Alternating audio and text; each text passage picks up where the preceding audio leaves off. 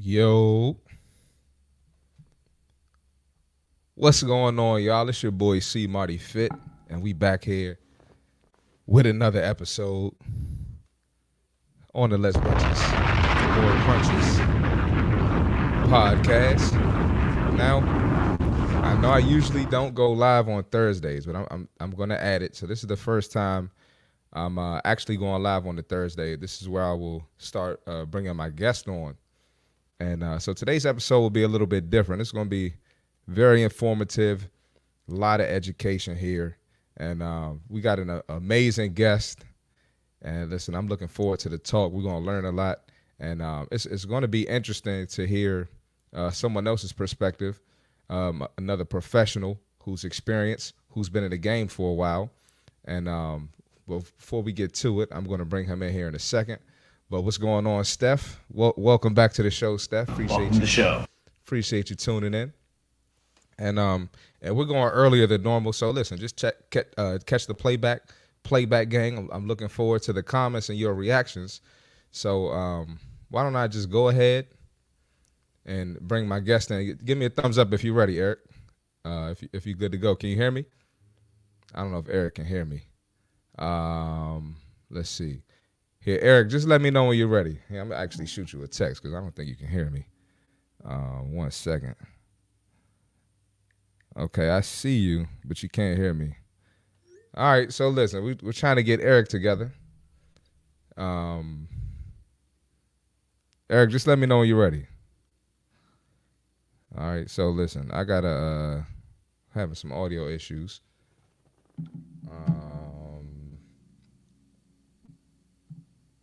Here, I'm going to have to, sorry, y'all. Check the audio settings. And let's see, audio. Sorry, y'all.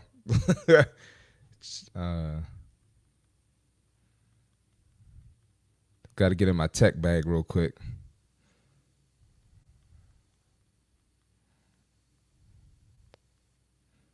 All right. Well, listen, man. While we getting that situated, we might as well just watch some stuff. While our guest is trying to get it together, we could just watch some clips. I wasn't expecting this, but y'all know I do this on a regular, so this ain't nothing but a thing. Let's. What y'all want to watch? Y'all want to watch the Diddy party? Did y'all see the Diddy party post? Oh, you didn't? All right, cool. Let's check it out because this is getting crazy out here. Let's check out the Diddy party post. First of all, I got to find it on my story first. This was crazy. All right, I got it. Eric, let me know when you're ready, man. Eric's still not ready. All right, so we had the Diddy party. Let's check out the Diddy party since we're here. We need to do something while we wait for Eric. Look at this crap. This is crazy, man. Now, listen. The couples class stuff, I don't care, bro. I don't care. I'm not a fan of it, all right? I think it's unnecessary. I think if we're going to use fitness, I think we should actually get in shape. Like actually do things that are going to help your longevity, help your fitness goals. But the Diddy party and calling it using Diddy party in the name, you see it right there, a Diddy party. It's absolutely, I think it's unnecessary. So it's crazy. Eric, give me a thumbs up if you can hear me, Eric. Still can't hear me? All right, all good. Anyway, I mean, and I just think the hyper sexualization of the fitness culture is ruining the culture, man, if we're being honest. Eric, can you hear me? Yeah? We good to go? All right, cool. Yeah, but I think this is ruining the fitness culture, man. So we will talk about this tomorrow night, but just giving y'all a preview because I had to wait for Eric to get his audio ready. But I thought that right there was egregious. That was insane. So, Eric, you ready to roll? All right, let's rock. All right, I apologize. Eric, I don't know what was happening. I had to throw in headphones because the audio wasn't coming on my computer. I've never had that problem before. It's okay, man. No problem. Stuff happens, man. I have it happen all the time. But welcome to the show, man. We're happy to have you. And, yeah, thank you very much. I'm happy to be here. And I'll just give a little background on you. So Eric is a physical therapist, and he also does red light therapy. So we're going to talk about that a lot today. The founder of Fuel Health and Wellness, all right? This is a company focused on providing comprehensive services likely related to fitness, health coaching, and rehabilitation. He specializes in physical therapy, like I just said, and wellness coaching. And based on his expertise and professional background, he helps clients achieve their mobility, physical performance, and overall well-being. So definitely happy to have you here, Eric. Where you from? Where you? Michigan, Grand Rapids, Michigan, correct? Yes, sir. Yeah, I'm in Grand Rapids, Michigan. So west side of the state, close to Lake Michigan, about 2.5, 3 hours from Detroit. So Okay. for the people who are familiar with that part of the state I'll there. I'll say this: I've been to a lot of states, but I have not been to Michigan yet. Oh, you'll have to come visit. Yeah, Yeah, I'll definitely it's a come good visit, time. man. Yeah, we can Um, set that up. yeah, absolutely. But yeah, Okay, for sure, man. So listen, man, I'm looking forward to this conversation. So let's not waste any time, man. Let's get to it, man. So when people hear physical therapy, they often think it's just injury rehab. So can you explain what physical therapy is and how it goes beyond just fixing an injury? yeah. So that's a great question. So if you ask anyone what physical therapy is, they're always going to give you, you're going to get like 10 different answers, right? So, to me, really what physical therapy is we are movements or experts in the musculoskeletal system and movement. And Mhm. so, my job, I work with a ton of athletes, is to optimize movement and make sure that, if we're dealing with an injury, that we are, uh, helping to obviously treat that injury, rehab the injury, and prepare for sport performance. But really, what we do too is to help enhance performance because a lot of times that injury came on for a reason. So, injuries and performance go hand in hand. If we can reduce the risk of injury, we're going to improve performance. We're going to improve how the body moves if we're doing the right thing. And a lot of times those later stages for myself and for the athletes that we work with, it doesn't look any different than someone training. We're doing box jumps, we're doing squats, we're lifting heavy. We're doing those kind of things to really challenge the body and get the body to adapt.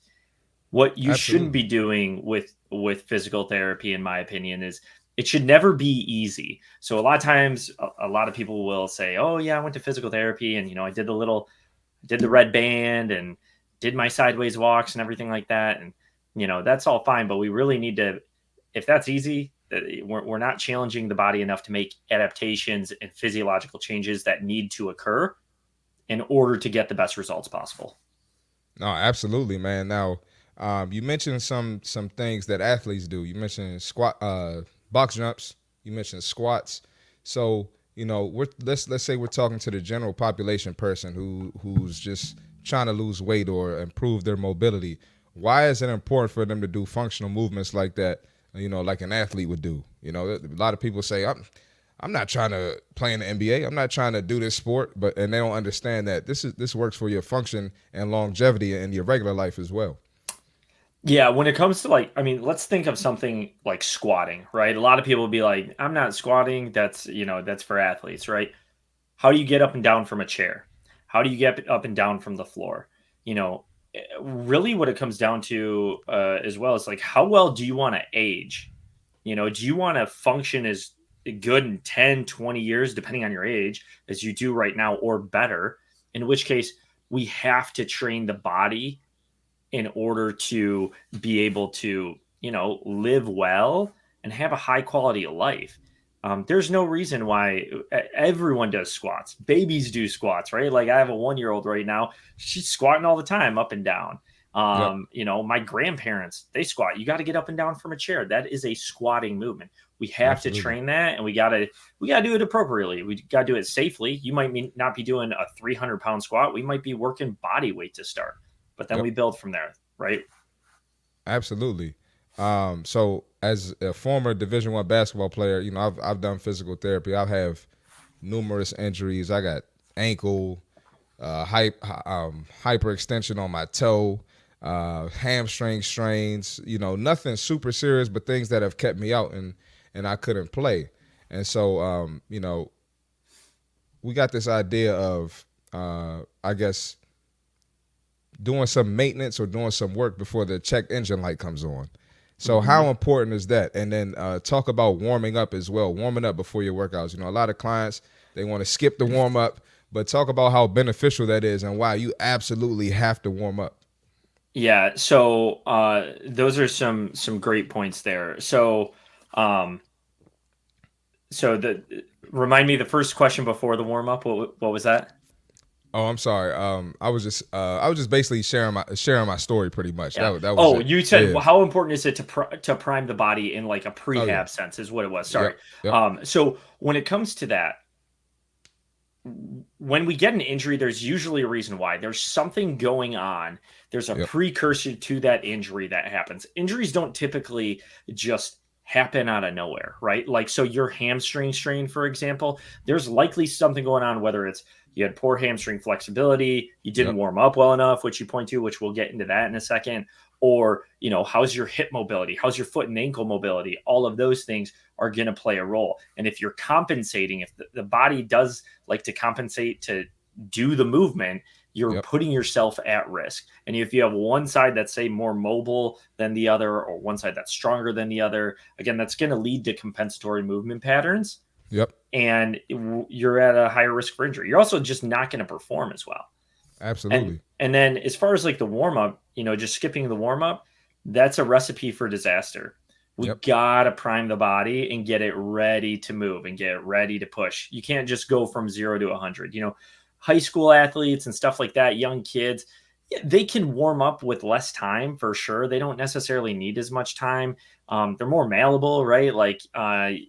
But as we get older and stuff, I'm 35 years old. I probably spend 15, 20 minutes getting warmed up. Absolutely. And it depends. Like if you're just rolling out of bed, I think that it's really important you were laying down for like 8 hours. Like we got to Yep. like prime the body, get it going in the right way. And so an active warm up is very important, not just like bending over to touch your toes. That's what we would call, right, a passive warm up where you're just passively stretching. We need to actively get the heart rate up, get it moving, get some joint Yep. mobilizations, get the body moving that way, and then priming the muscles as well with lightly increasing the resistance on whatever movements we're going to be preparing for. Yeah, I always tell my clients and the people who watch the show that the older you get, the more you have to warm up, right? Oh, absolutely. Because How much do you warm up? I'm just curious, like how much time would you say you spend man, I warming up? take at least 10 minutes, Oh, yeah. 10 minutes to warm up. Oh yeah, for sure. And I was going to say too, like let's say somebody has a hamstring issue, and I'm glad you mentioned that it's not necessarily the hamstring. So the first thing people will do is go stretch the hamstring. I even had to talk with my client today. I'm like, you got to do more than just the hamstring. It's probably coming from somewhere else. That's There's not likely a necessarily. glute issue or Yep. something going on there. Or IT band, something of that nature. Yep. Yeah, absolutely. Exactly. Yeah, I'm just going to acknowledge these comments real quick, and we'll continue. Team Chuck, what's going on? H Bun 77. Love to see you include us in the discussion, especially during Physical Therapy Month. Absolutely. And it's all about body mechanics. Love this conversation from one physical therapist. DPT. DPT. What's that? Yeah, that's a doctorate of physical therapy. Yeah. Right, from Thanks one to another. for the shout out, H Bun. I'm glad you're finding this can relate, find it beneficial. I'm sure you hear this stuff all the time as well. Absolutely, absolutely. Man, let's keep the conversation going. I think this is great so far.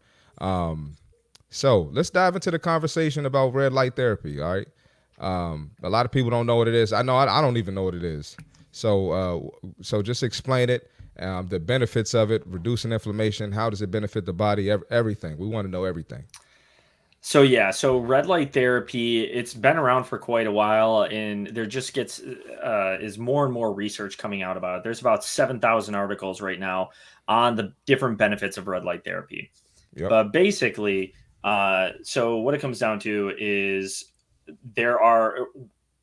light on a spectrum has wavelengths, and there are specific wavelengths that can be therapeutic and have an effect on the body. One of those wavelengths would be red and near infrared. So red, especially that like 630 to 680 nanometer wavelength, it's going to be a little bit more superficial. So it's going to target more of the skin. It penetrates, I believe, about 2 centimeters. And then your near infrared which is your, say, 800 nanometer wavelength, so 800 to 900 in there, is going to penetrate deeper, get more into the muscles, the tissues, like the tendons and ligaments and things like that. And so there's a whole host of benefits from, if you're dealing with an injury, there's pain relief, there's improving tissue healing, there's improving collagen production to help with skin, so skin health, or if you had a surgery to help with that wound repair with the tissue in the skin, muscle recovery and performance, so it can actually help with muscle hypertrophy. So if you want to get bigger, right, it can help with that. And if you want to, say, recover from a workout faster and better, it's going to help with that as well. So those are some of the many benefits. There's also cognitive benefits. It can help with anxiety, depression. In Michigan, it's about to get cold, like seasonal depression is a real thing. It can definitely help with that. So there's just a whole host of things, but my athletes love it. We actually have a red light bed. We've got some pads as well, and we have athletes hopping in, especially that red light bed all the time. Very, very high level athletes are utilizing this and loving it. The UFC is using it. They've got red light beds there. It's becoming very popular. How long has this been a thing? Because I honestly, I don't think I heard of it until you mentioned it to me before we got on here. So it's been around for decades. The scientific term is photobiomodulation. So if you like looking at, like, say, scholarly articles, you look up photobiomodulation and like Google Scholar, you'll come up with a whole host of articles. But I also have like a spreadsheet that's got about 7,000 articles. I can send that over to you as well. But yeah, it's been around for decades that they've been doing research on it. Is all the research, conclusive that this is 100%, going to help with everything? No, but no research is either. But there's enough research to show, hey, there's something here. There's something going on with this. And I've seen just some crazy results with it. I believe it. Definitely, man. Well, I'm interested to try it and check it out, because apparently it's like the new hottest thing. After I did some research, like, it's pretty popular. So I'm definitely looking forward to it. Yeah, we find more and more people are searching for it, following different podcasts that are featuring it. So like, guys like Huberman Lab and Joe Rogan and Gary Brecka and stuff like that, they've mentioned it, which has just kind of blown it up within the general population, and especially people who are trying to do like different biohacking things and stuff like that. Absolutely. All right. Moving. Anything else you want to add on that? Because we're gonna switch gears. Yeah. I mean, do you have any questions specifically with? I guess I could talk a little bit briefly on how it's going to work, on how it works for muscle recovery. Is we have these. So in our cells, we have these small parts called mitochondria. Mitochondria is the powerhouse of the cell, right? So how it has this whole systemic effect and why it can affect so many things is it affects the mitochondria, makes it more efficient at producing ATP. There's what's called the cytochrome C oxidase pathway. So it's a very big word, but basically that pathway is affected by the light, which makes the mitochondria more efficient at producing ATP. ATP is energy for the body. And since there's trillions of these mitochondria throughout our cells and throughout our body, it's like charging the battery packs in our cells, basically, if you want to think of it that way. And that's why there's so many different effects, is from muscle recovery to muscle growth to hair growth to skin health to pain, inflammation, helping with arthritis. Yeah, pretty wild stuff, but really cool. No, that sounds really interesting. So what client does this benefit the most? Is this better for athletes? Is this better for the Gen Pop, the menopause lady, or is it just, beneficial for everyone equally? So I think anyone could benefit from it, but it's most beneficial, I'll say, for the person who values their health, for the person who's trying to already like optimize what they're doing. You got to get the foundation right. So, one of the things you mentioned, weight loss, it can help with weight loss. The red light therapy makes the fat cell membrane more permeable. So in a sense, we're kind of, how I say, it's like shrinking fat cells in a sense. However, if you're going to leave and head to McDonald's and get a Big Mac and a Coke, you're not going to get results, right? Man. we got to get our sleep down. Yep. Sleep is magic. It really is. We got to get 7 to 8 hours, I would say, minimum per night. Oh yeah. we got to have our nutrition in check. Make sure you're getting enough protein, all of those things. Stay away from the processed sugars and foods and all that garbage. And then we got to be making sure that we're staying healthy with movement, right? Move every day, whether that's going for a walk or hitting the gym or whatever. There needs to be some form of movement. Not every, and I'm not saying you have to, do a hard workout every day. That's not the case, but move and optimize your movement.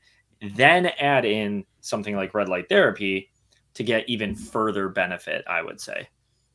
Absolutely, man. That's great stuff right there. So we also have this term called active recovery, and you see people talk about it all the time. You see different influencers, different podcasts.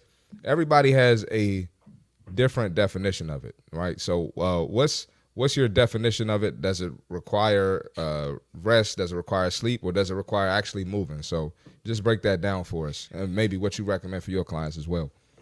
Yeah. So, I mean, we work with a lot of CrossFitters. So my practice is right inside of a CrossFit box. We get a lot of CrossFitters. We had a team go to the CrossFit Games at the most recent games and stuff. And active recovery, to me, it's decreasing that load. So if you're doing heavy weightlifting, your active recovery, you might go rollerblading or for a walk or golf. Yep. It's switching up the movements, and it's also decreasing the load. So we are moving, we're, getting that in, but we're doing it in a different way. And we're not, just what I would say active recovery isn't, if you're going to then go, I don't know, run, if you're not really a runner, right, and you're going to run 10 miles, that's not really a recovery. If you're going to be sore after, you overdid it. If you're going to be sore, you overdid it. You should be like, maybe break a sweat. You really don't need to break a sweat. I love zone 2 cardio for active recovery. So simply breathe through your nose and try to walk or hike or bike, only breathing through your nose. And you're going to find that's very difficult, but it's going to force you to bring your heart rate like at a certain level, right? Definitely. So at what point are people overtraining? That's a term that gets used a lot. And I tell people all the time, you're more than likely not overtraining. But how would somebody know if they're overtraining and maybe they do need to incorporate more rest or some active recovery? I think it's different for everyone, right? Like your professional athletes, if you're training, if your body is used to training every day, even 2-3 hours a day, you can build up to that, but you need to build up to that. And even those people, like if they're not putting in an active recovery at least 1 or 2 days a week, I would say they're probably going to lean towards overtraining. They're going to put themselves more at risk for injury. Okay. Now, I would say general population, say you're just starting to work out, you're trying to get less brunches and more crunches in, right? And so you're like, I haven't been working out. All right, that's it. I'm going to work out every day this week. Your body's not going to adapt to that quickly. Let's start with 3 days a week. I think is a good place to start, 3 days a week, and then add an active recovery day in maybe for a fourth. And then, maybe like an every other day kind of thing. I think that's perfect. I was going to say that's where a lot of people mess up. They try to hop right into it. They get sore or they get injured and then they quit and just give up. That's it. So they're kind of frightened of the gym. They don't want to come back. So I think those are great points you made. Now, let's talk about some soft tissue work. We got foam rolling.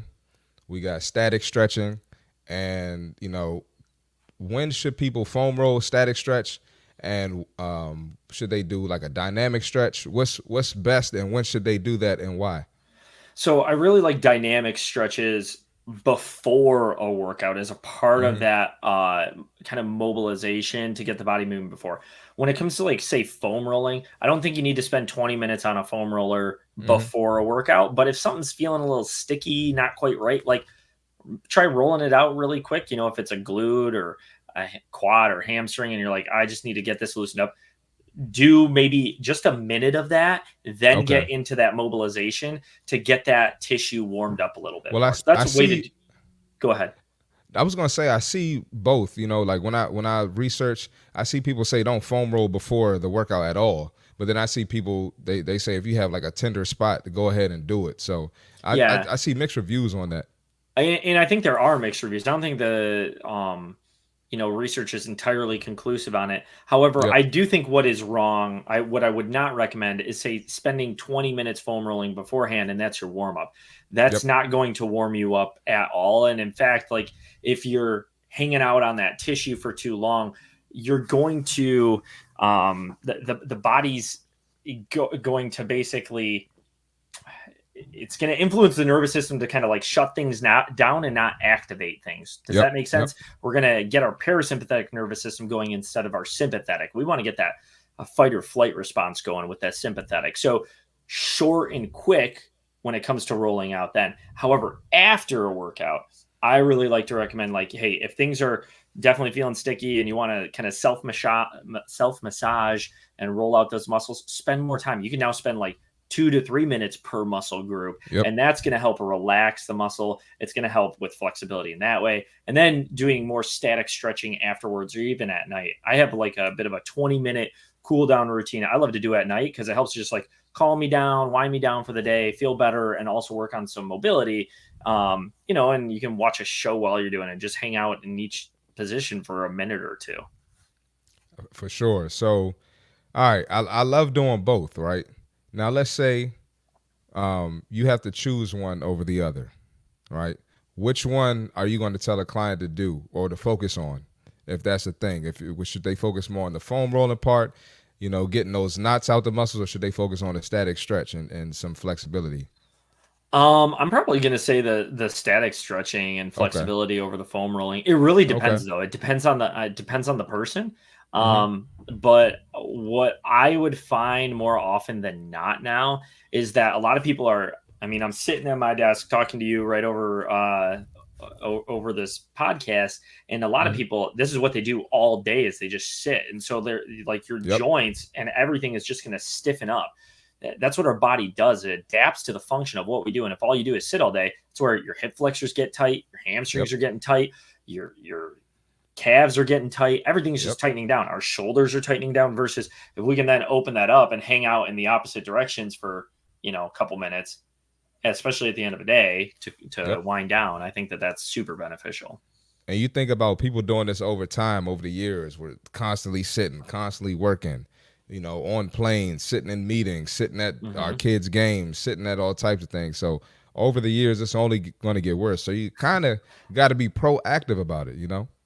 Yeah, you absolutely have to be proactive about it. It's, you know, society right now, like optimizes just sitting in inactivity in a sedentary lifestyle.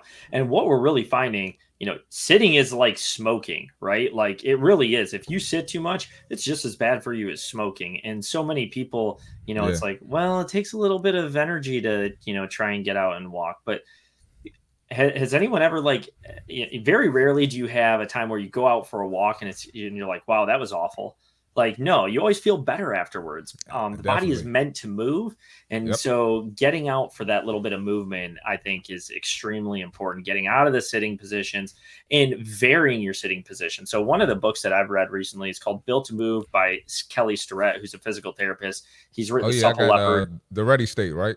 Yep, the Ready State. Yep. Yeah. Yeah. So in We're going to look at one of his clips at the end. So Oh, go sweet. ahead. Yeah. So one Yeah. of the things that he talks about for sitting is break it up. Instead of just sitting in a desk chair, like sit on the ground, sit cross-legged, sit on your feet, sit in all these different positions. And that's going to Yep. help mobilize your joints as well. Because we didn't, when our ancestors, right, and the cavemen and everything like that, they didn't have Mhm. chairs like this, right? Yep. So our body's meant to move and get in these different positions. Definitely. No, that man, this is good stuff. You're dropping a lot of gems here, man. Let's get through these comments real quick. H Bun says, Doctor of Physical Therapy, I hear it all the time. D Weeze, what's up, bro? H Bun says form follows function. Is that a phrase you've heard in the PT world? Yeah, we hear that all the time in the Yeah. PT world, and I 100% agree with that. That form follows function. Absolutely. And then we have Vicky here. She says, if I only have 10 minutes prior to the workout, should I use it to stretch or warm up? Warm up, like dynamic warm up, 100%. Yep. Yeah, How about like treadmill, incline, walk, maybe? absolutely. I like to Okay. like hop on a treadmill or bike for like 2 to 3 minutes. Again, get the heart rate going a little bit, and then I like to get into a little bit of some joint mobilization stuff, and then work specifically the muscle groups that I'm about to work. So say if I'm going to do squatting that day, I might bike, and then I'm going to do some hip cars. So Yep. if you know what those are, so some hip mobilization workouts, and then I'm going to get into air squats and priming my hips and my core. Then Yep. I'm going to get to empty barbell, and then I'm going to start loading barbell. So That's perfect. That's what I do. So that's good stuff, man. Definitely. All right. So, a lot of people, their complaint is they're busy, right? Work is in the way. They got stuff to do. So how can they incorporate these extra recovery methods, right, into their everyday routines? What do you recommend? Should they shorten the workout to put some time there, or how can they go about that? So I think that's a great question. Everyone's busy these days, and it's all about priority. So a couple things that I would recommend: check your phone and see how often you're on social media and sitting on that. Because right there, I bet you could find some time simply by how much you're on social media. Yep. Again, going back to simply like what you can do some of these things while you're working at your computer, like stretch out your hip flexors a little Yep. bit while you're working at a computer. And there's little things you can do, even on a day where I am completely jam packed. If you have access to like a bike, get in, do a slight warm up with the bike for maybe 2-3 minutes, and then go hard on the bike for 20-second intervals for say 5 rounds. You're going to, so 20 seconds hard and say 40 seconds easy, 5 rounds of that, you're going to be gassed. And that's less than 10 minutes right there. And you just got like a mini workout in, but you got your heart rate going. You got some of the benefits, right? You might not be able to get a full hour, and that's fine. But you at least did something. So I think that there's always a little bit of something you can do, even if it's go out for a walk around the block on your lunch break. But then really what we need to do is plan out your day and plan out your time. So really make it a priority and carve that time out of whether it's getting to the gym or your home gym or whatever. Yep. There's so many resources now. Like what I'll do too is like yesterday, I didn't have a bunch of time. So what I did is found a YouTube video for yoga yesterday, and that was my workout yesterday. It was more of an active recovery day, Yep. getting the yoga, so a little bit of mobility and balance work and stuff like that I could do easily from my own home. Absolutely. And for myself, I have a rule. If I work out that day, I got to do some type of stretch. I got to warm up and I got to stretch, do some type of foam roll at the end. And then I'm working on trying to do it daily. So I take 2 days off where I don't work out. So I'm trying to add some yoga or something into those days. I'm not perfect, but I'm working on it. Have you heard of the book Atomic Habits by James Clear? Yep. So Yep. I've had clients read that. I love that book, and what what he talks about is habit stacking and making good habits like easy to do, right? So one thing that you could do is like reward yourself when you do these things. So one of the things that I'm actually doing to habit stack right now is I'm trying to do more of like journaling. And so at night, one of the things I like to do to like wind down is have like a nighttime non-caffeinated tea. Just helps me wind down. But when I have that tea, I have to journal a little bit. So now I'm habit stacking the journaling on top of that tea. So you could do the same thing though with like say stretching. If it's like, I really like tea, I need to get more stretching in. Okay, when I have the tea, then I got to stretch. How long are you doing that journaling for? 5-10 minutes even. Oh, okay. Real quick. Yeah. Okay. And then I can build on that, right? So like I don't necessarily set a timer, but I might set a timer for 1 minute. And what he talks about this in this book of like, just set a timer for a minute. As soon as the minute's done, you're done. And then you make that easy. Then you increase the time. Then maybe do 3 minutes, then 5 minutes, then 10 minutes. And next thing you know, it's a habit and you're doing 20 minutes, no problem. Yep, for sure. So how long have you been a physical therapist? Since 2014, I graduated from Grand Valley State University, so 10 years. Yep. That's in Michigan, right? That's what you told me? Yes, sir. Yeah, it's right in the Grand Rapids area here. I'm originally from the other side of the state, but Grand Valley actually brought me to the Grand Rapids area, and I love it over here. So stuck over here since. Okay, so in 10 years of physical therapy, what's the most common injury you see? How can people prevent this? Yeah, back pain, I'd probably say. 80% of Americans are going to have back pain at some point in their life. And I would actually be included with those individuals. I've had it. So when it comes to something like back pain, the worst thing you can do, I will tell you this, Hmm. is bed rest. So the worst thing you can Oh do is man. bed rest. Oh man, we could talk about this all day. So yeah, so absolutely. You need to get moving, even doing like just light cardiovascular. So like bike, walk, get moving a little bit. And the thing is most people will get over that back pain and it will get better.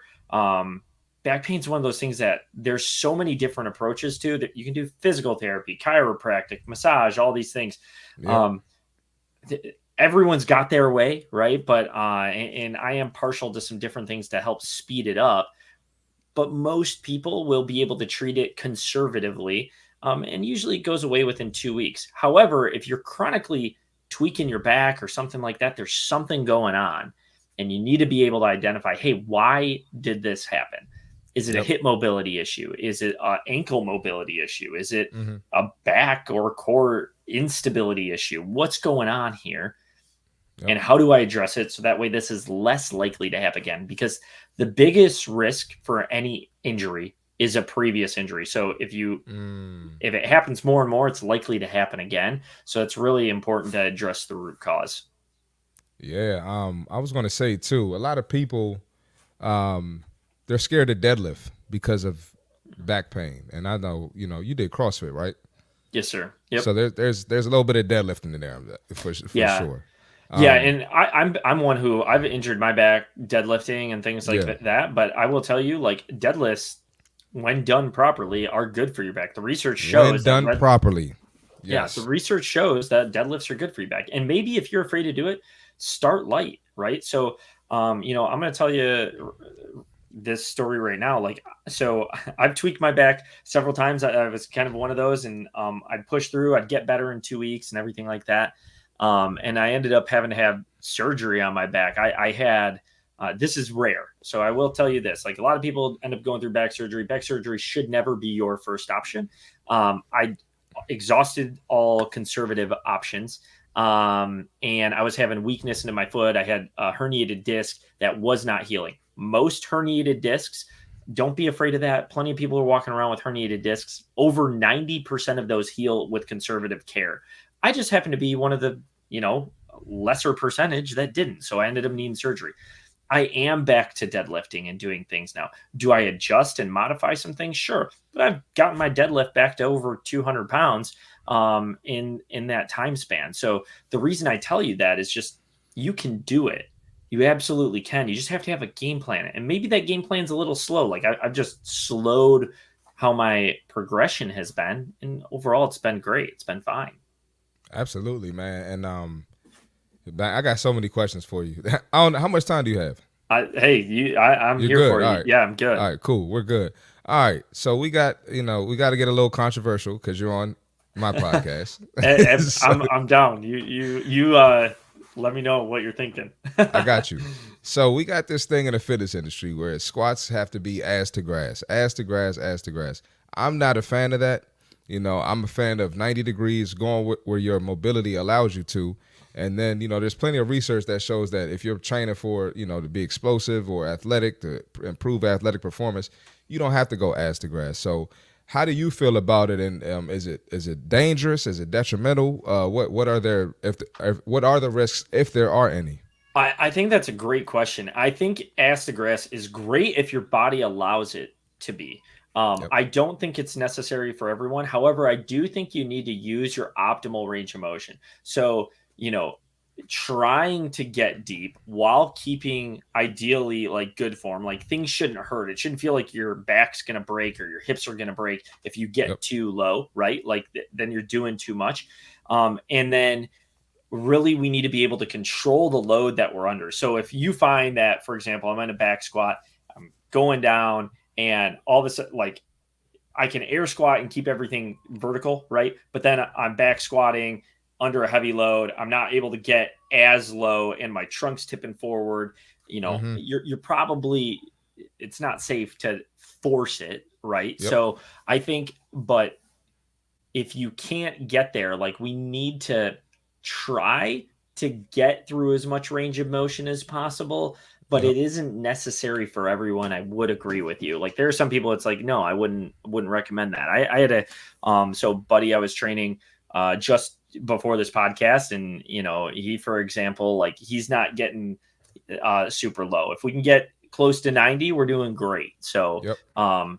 and his body's not going to quite move like that. But at the same time, I do want him working on his mobility so he can get a little lower, a little lower, a little lower. Yep. Yeah, that's pretty much what I focus on. And I've had hip issues too. So I focus on trying to get as close to 90. And even when I was in college, I played Division I basketball. They never told us to go ass to grass. So Yeah. I'm just like, I kind of just stick to what I came up with. Yeah, I think it depends on also like what kind of injuries you've had in the past and things like that. Like if you're Hmm. getting a pinching in the front of your hip when you're getting down deep into that squat, Yep. that is not normal. Okay. You're getting an impingement right there, and you need to be careful with that. So there are things you need to look for when you're getting deep. However, if you aren't having any pain and you do get deep, that has been shown to be great for, say, knee health and things like that, and helping out Yep. with like bad knees. A lot of people think, oh, squatting's bad for my knees. It's not the case at all. Like you That's should a be lie. squatting. That is a straight up lie. I Yeah, can't stand when people say that. Go ahead. I'm Were you about to say 100% something? agree. Oh yeah, for sure. What's the biggest myth about physical therapy? Biggest myth about physical therapy, I would have to say that it's like only for old people and like total joint replacements is what I'm gonna say, and that you have to just do these like little banded movements. Again, going back to what I was saying earlier, is that physical therapy very much can look like sports training, like especially my athletes who are, say, rehabbing an ACL repair 9 months out, like we're working on trying to be explosive. We're Hmm. working again on box jumps, on depth landing, on sprinting, on change of direction, on all of these things, where if you were to look at them, you'd be like, oh, they're doing training. This guy's doing sports performance Yep. training. Yep. And really it's more rehab.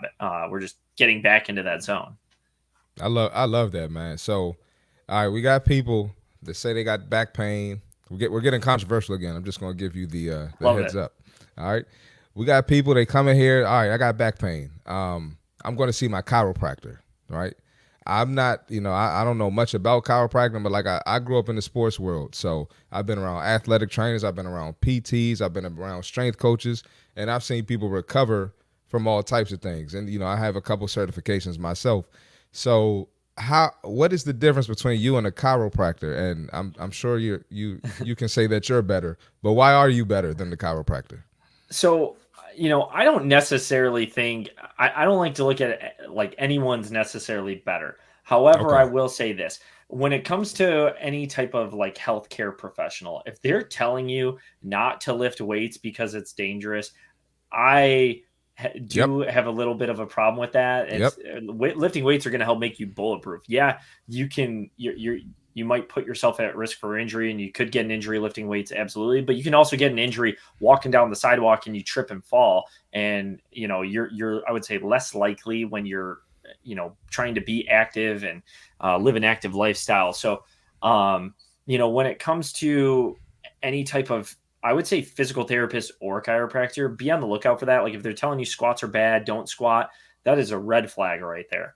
I think there's a lot of really good chiropractors and really bad chiropractors. I think there's a lot of really good PTs and a lot of very bad PTs. I have had plenty of like there are plenty of PTs out there who I would not recommend any of my friends or family to go to. And I am pretty cynical about my profession. It is bad because like I feel personally like a lot of PTs do not give individualized care. I don't feel like they're up to date on the research. I feel like they're stuck in the olden days of like, we're again, deadlifting's bad for your back and things like that. And we need to get past that. The research is Yep. past that. We need to be educating the public on being active and encouraging them to do whatever type of form of activity they enjoy, whether that's Brazilian jiu-jitsu, kickboxing, Yep. CrossFit, hitting the gym, doing whatever workout classes, Orange Theory. I don't care. At least they're getting out and moving and not Yep. sitting down on their butt all day. Yep. No, I agree with that. And I've even had clients, they had certain issues and injuries, And I just give them, simple strength training. Make sure we do proper form, we do progressive overload, and they've gotten more benefit, from training with me than a PT. Not to put down any PT, but I there are definitely some 100% bad ones believe out that. there.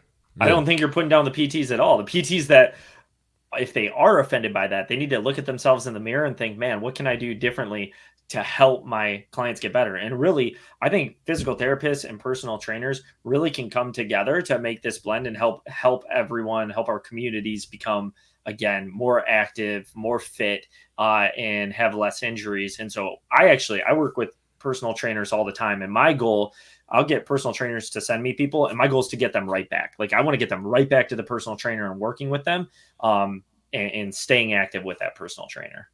Absolutely. We have stretch therapy as well. So, I go to stretch therapy sometimes. And Where at? Which one? Well, I go to an individual person at the gym I train at. Okay, cool. But I do that from time to time. But I tell people, you shouldn't rely on that. You got to have your own routine as well, unless you're going to them every day, but which most people probably are not doing. But you got to be like I mentioned earlier, you got to be proactive about it. So what do you think about stretch therapy? What are the benefits, pros, cons of that? I think stretch therapy is a great way to get people to focus on their range of motion, mobilization, and flexibility. We actually train. So I've got 3 stretch therapists on staff in my business, and they're trained in what's called fascial stretch technique. But I completely agree with you in terms of, like, they need to come in, do their stretch therapy with them, but then also do their own stretching outside of that. It's the same thing if you go to the gym, right? If you go to the gym or work out with a trainer one day a week, if I'm working out with you one day a week, that person needs to still be doing their own homework and other workouts the rest of the week. Otherwise, they're not going to see the benefit like they would doing multiple days a week. So flexibility and mobility needs to be worked very similarly to strength and conditioning, where it needs to really be 3-4 days a week. Absolutely. Yeah. Hey, good stuff, man. I'm happy you're here. So yeah, I'm loving this. Oh yeah. So let's talk about Fuel Health and Wellness. Let's talk about your business.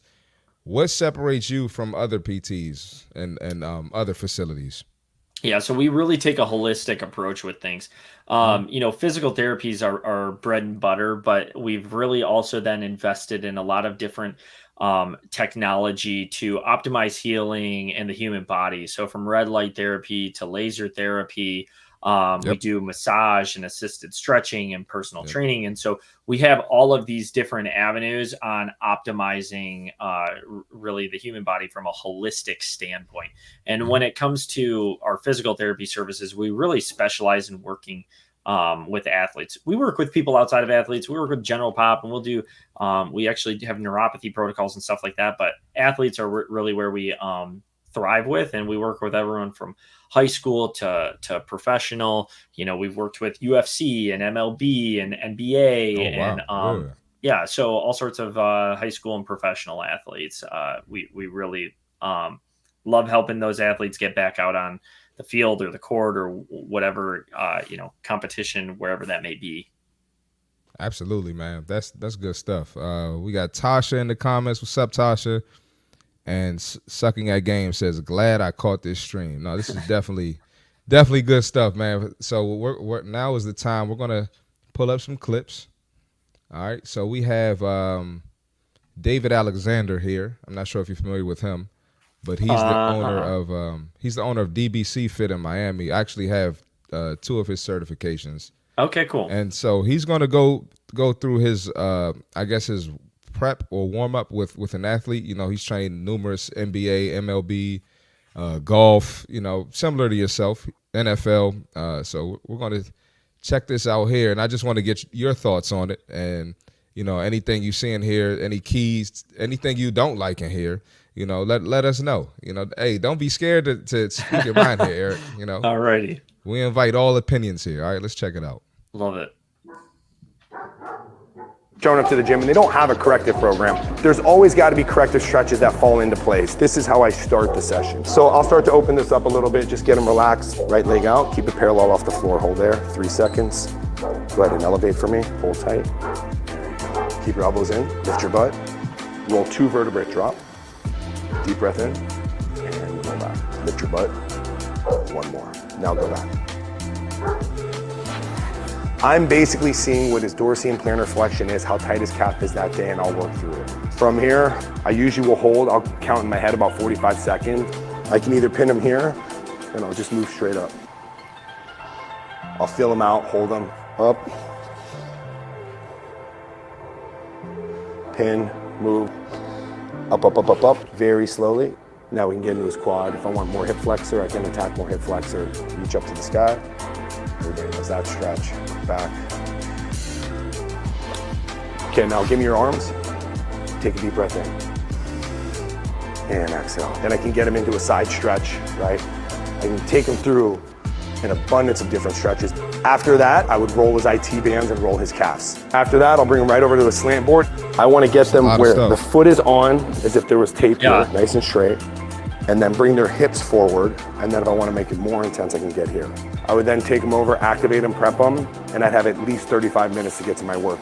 People are So, all right, man. So I think there's some good things there and some things that I don't necessarily agree with.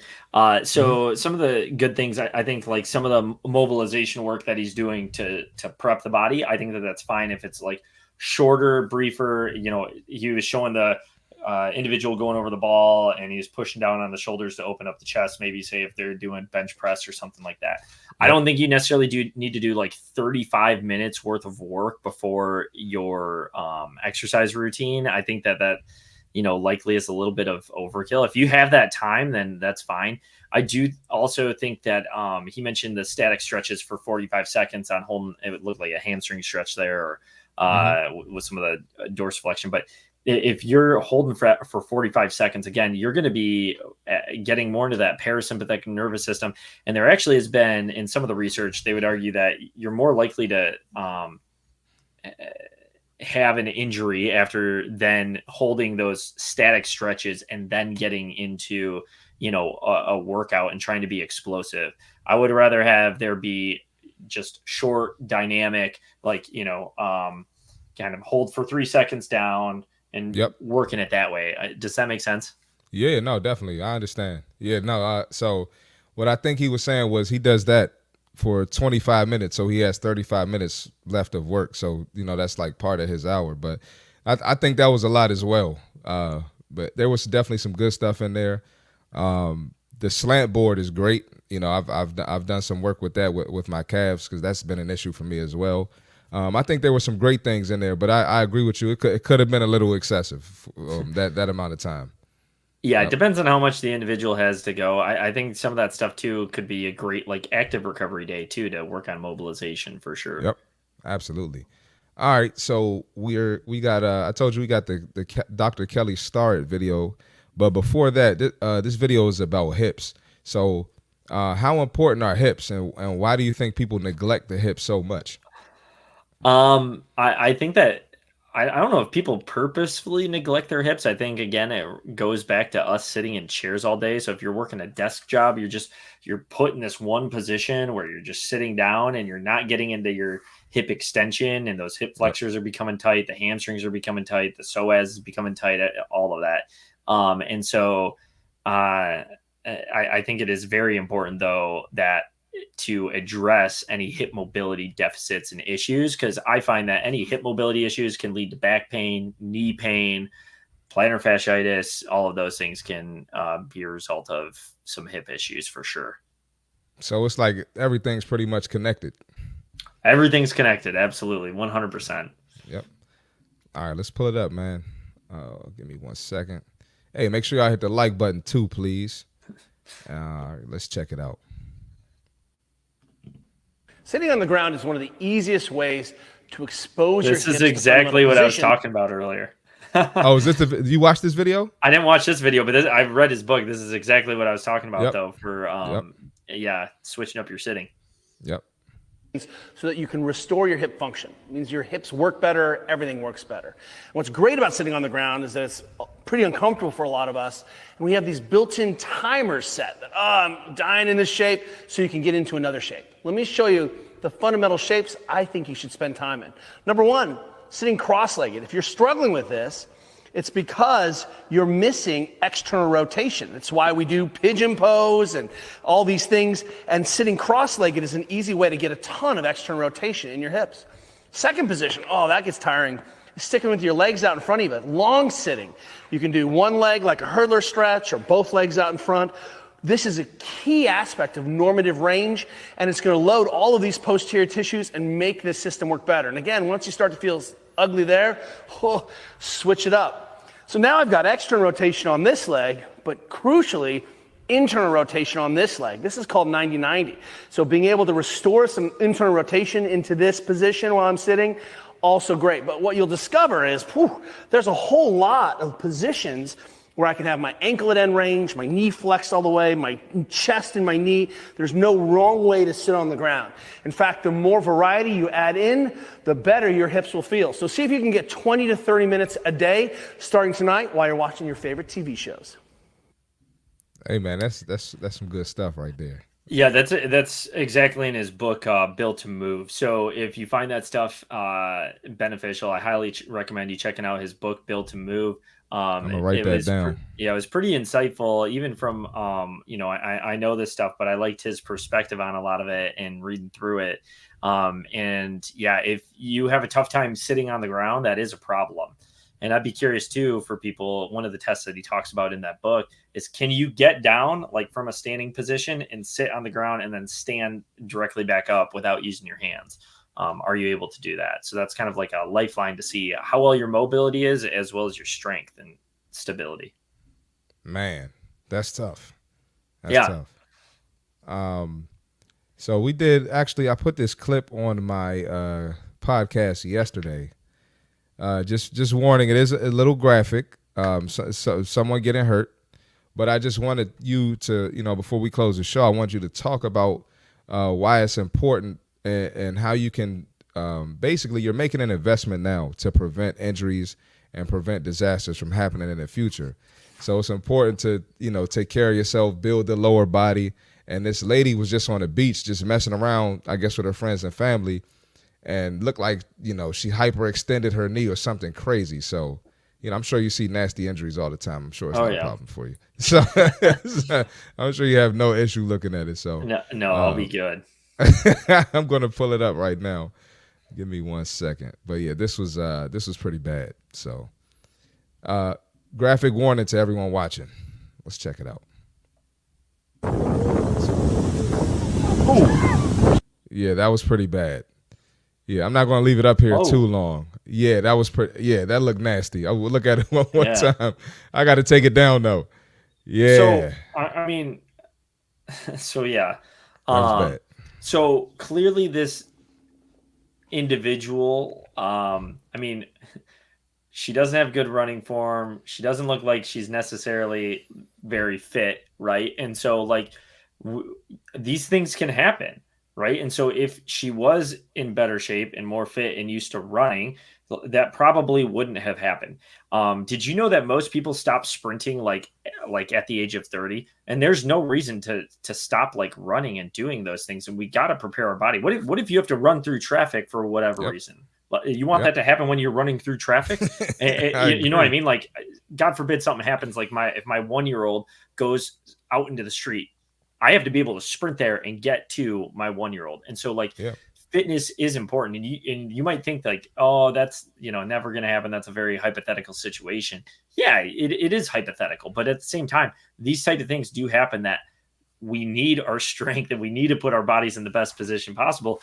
And just on top of that, just being able to age well, right? So if you want to live a long quality life, if you want to live to 80, what you do now in your 20s, your 30s, your 40s, your 50s, it matters. It absolutely matters. And it's all about just getting 1% better every day. And it's all about consistency. It's about doing the boring things. I don't want to stretch today. Well, okay. Did you stretch the 3 or 4 other times this week? No, you better stretch. Did you go to the gym at least 3 to 4 times this week, right? Start small, start 3 times a week. If you're just starting, maybe you start out for a half hour, but did you get it done? Did you get the work done? Did you check that box? And that's why it is so important. And it's sad that woman probably could have prevented that. Yep. Had she, just lived a more active lifestyle. Yep. No, man, I agree. Yeah, I hate to see stuff like that. But it's real. And I don't know if you remember, I think it was last year sometime, maybe a little over a year ago, but there was a video of a lady with the stroller, and the stroller it like rolled out into the street, and she tried to chase the stroller down, and she hurt something and couldn't get up, because she probably hasn't ran in decades. And, there was a man, he came from out of nowhere and had to save the baby. So, God. Yeah. Are you sure that wasn't like a Jackass clip? Have you ever seen those Jackass clips? No, it clips wasn't. No, it was real. You know what I'm talking about? Where he's on a hill and you see the stroller just going down the hill and people are freaking out running after No, that was real. That was a real one, unfortunately. Okay. But well, hopefully the baby's okay. Yeah, the baby was fine. Yeah. That's good. But no, stuff like that happens. So like I said, it's not likely, but yeah, you always want to be prepared. But hey man, I think that's it for today. So definitely appreciate you, man. You dropped some gems.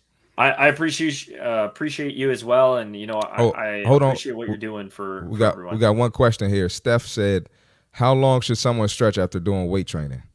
I think it really depends. 10 to 20 minutes can be a good amount of time. If you can fit in more, great. My routine usually at the end of a night is usually about 20 minutes. I'm usually holding 30-second holds, and I'll do 3 sets of 30 seconds, say for hamstrings on each side. So that's going to come out to 3 minutes total for hamstrings. And I'm going to say move on to calves, and I'll kind of start from like say hip flexors and work my way down, kind of proximal to distal. So my hips down to my feet, or, trunk up to my arms and wrists and everything like that. Yep. Absolutely, man. Great info. But like I said, man, definitely appreciate you coming on. You're invited to come back whenever. I'm definitely going to ask you to come back. But if it's something you want to talk about, I'd be happy to come back. I love talking about this stuff. This stuff is always super fun and informative and everything like that. And it's been a pleasure chatting with you. I've loved this. I've had a great time. Absolutely. So just go ahead, plug your business, plug your social media, and where people can find you. Yeah, so so you can find me on Instagram for @Dr. Broadworth. That's my personal one. My business one would be @Fuel Health Wellness. That's on Instagram. I'm on YouTube. If you search Fuel Health Wellness, that tag there. Also Dr. Broadworth on YouTube. And then I've got I'm on Facebook. If you want to friend request me, shoot me a DM. I'm happy to answer that. And then for email, the best one probably be Eric, ERIC @Fuel Physical Therapy. That's FUEL and then physicaltherapy.com. I really appreciate it. And this has been good. This has been a lot of fun. Yeah, I'm glad you enjoyed it. Hey, everyone, make sure y'all hit the like button. Appreciate you watching. Go ahead, follow Eric. The guy is brilliant, knows his stuff. Feel free to send him a DM, ask him questions, ask me questions.